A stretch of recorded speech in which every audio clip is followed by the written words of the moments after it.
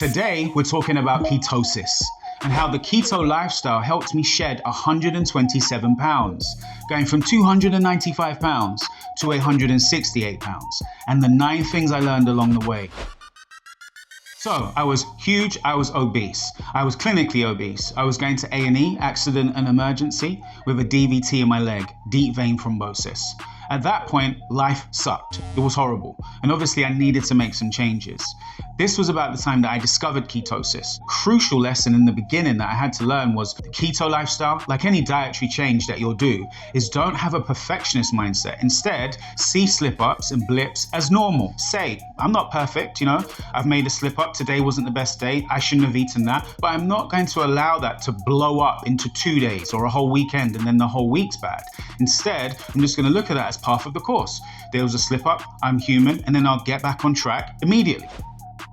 There is this fixation, and I know where it comes from. There is, a negative eating sort of disorder that happens when you look on the scales and you see there's no progress, which you only get when you look on the scales every day. Now, the problem is that's an imperfect measurement. There's not enough time between day, say 1 and day 2 for you to see any recognizable difference on the scales. Start fixating on bodily measurements, your bicep circumference, chest, waist, and hips. Focus on those measurements. When they start coming down, that's the sign. That's the actual true sign of a body transformation. There's this myth that's been put out there that fat is bad and fat leads to being fat. That's a myth and that's a joke. Being fat is essentially having too many calories. It really doesn't matter where those calories come from. But the main macro is carbohydrates. Now, some people, for instance, my wife, when she does ketosis, she can have up to 50 grams net carbs and be in ketosis, a very strong ketosis.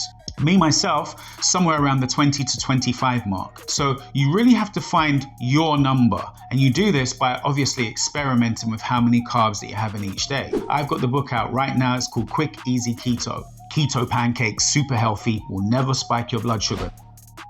Going into ketosis, I didn't feel hungry anymore. What is that? What's happening? Why didn't I feel hungry? I used to feel hungry all the time. Those blood sugar crashes stop. And that's why I didn't feel hungry anymore. Going into ketosis is going to be a magic bullet for you because you will not feel hungry anymore. You're going to have all this extra energy because the sugar crashes equates to energy crashes. That's not going to happen anymore. Your blood sugar is going to stabilize. Those energy crashes gone, sugar crashes gone, and all you're left with is no hunger and lots of energy. Every time you go into the supermarket, you can have anything you want. That's a food abundance. It's like a food wonderland. And we just get lost in the wonderland and get all the pleasurable things, and we have them all the time. We stop having them occasionally and we have them routinely. And if we make those wrong choices in how we get energy from the junk foods, the processed foods, the high sugary foods, what will happen is our body will then go wrong. If you have too much sugar, your body just goes back to using the sugar and then it's no longer burning fat. And we call that getting kicked from ketosis. Now, when this happens, it's natural to think, it's quite difficult to stay in ketosis. I really followed the rules.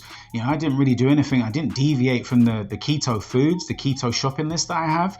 But it's really not that hard. And it's especially not that hard if you want to really simplify things. And the way to simplify things is meat and veggies.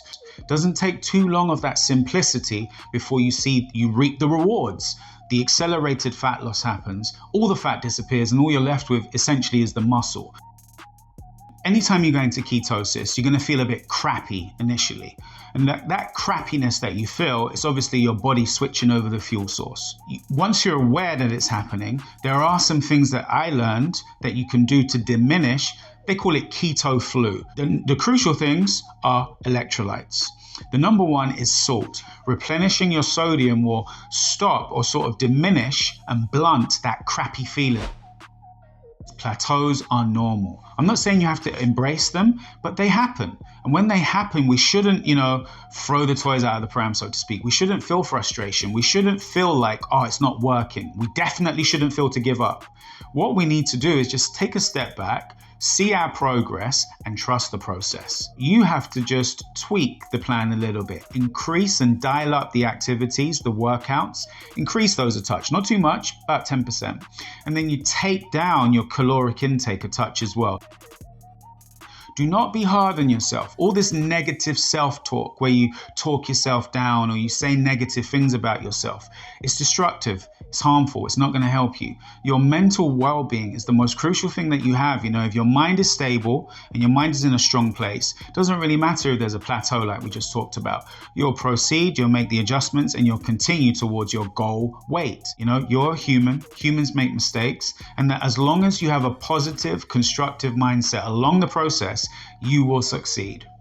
I absolutely am happy that you followed me on this journey in this video, and I absolutely wish you well in your fat loss journey. I know you can get there. You absolutely can. There's no possible way you can't, so long as you believe you can do it.